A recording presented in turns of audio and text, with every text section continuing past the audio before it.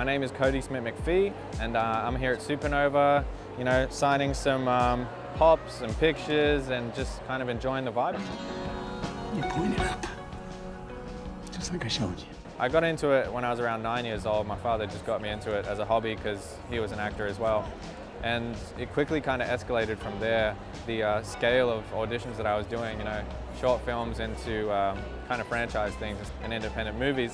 There definitely was a day where I got home from school and my sister said, we're going to the United States. I had a whole bunch of meetings out there that I had to do, and pretty much since then the momentum didn't stop, and I ended up basing myself out there for the past 10 years and just continuing the passion.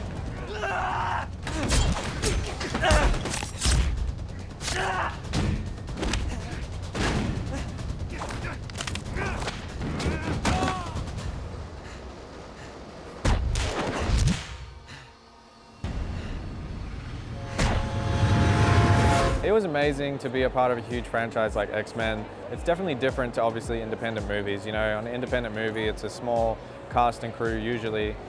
You create this somewhat of a family and cooperation going through it. And there's that same sense of family on a franchise, except it's like a bigger monster, There's so many gears and you're a small cog within that huge machine. But still within that, you don't feel any less important as, everyone else there working on it. And you're trying to hold and put together this much larger scale project, which can teach you a lot. And yeah, for me, it was a lesson of patience sometimes. And yeah, I loved it.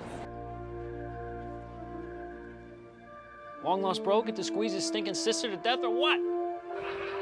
It was very cool to see that they implemented Quicksilver into WandaVision, and it was a sign that they may be doing that in the future, possibly in a Disney Plus series. I would love that either way it goes. I believe Disney would portray more so what the fans have been looking for within the X-Men universe for so long, and possibly fix up some of those loose ends in terms of the time travel and all the warping that we've done over the years. So yeah, I'm looking forward to it. I have faith that they're going to do something.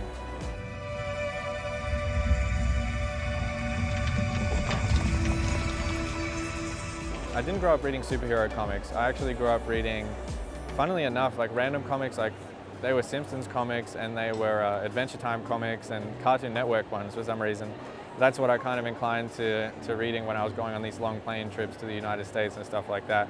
But when I obviously got Nightcrawler, I dove headfirst into that whole world of, the archives of everything there. I didn't have to do the character work. It was all laid out for me. So I just went through every iteration of him through the comic books and kind of pick and chose the gestalt of what I wanted to create.